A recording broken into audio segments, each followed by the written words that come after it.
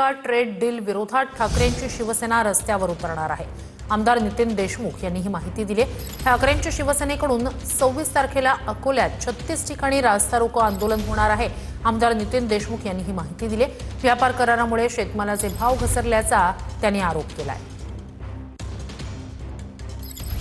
भारतीय जनता पार्टीनं केंद्र सरकारनं शेतीमालाच्या संदर्भात अमेरिकेसंग जो करार केला, त्या कराराचा मसुदा जरी बाहेर आला नसेल, पण तो करार केल्याचं जसं घोषणा झाली आणि त्याची चर्चा झाली, आज हिंदू शेतकऱ्याच्या विरोधात भारतीय जनता पार्टीनं अमेरिकेसंग करार केला आणि या देशातले शेतीमालाचे भाव पाडले।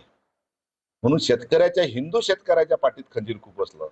म्हणून शिवसेना 26 तारखेला संपूर्ण जिल्ह्यात 36 ठिकाणी हिंदू शेतकऱ्याला घेऊन या महाराष्ट्रातला राहणारा प्रत्येक व्यक्ती हा हिंदू शेतकरी आहे।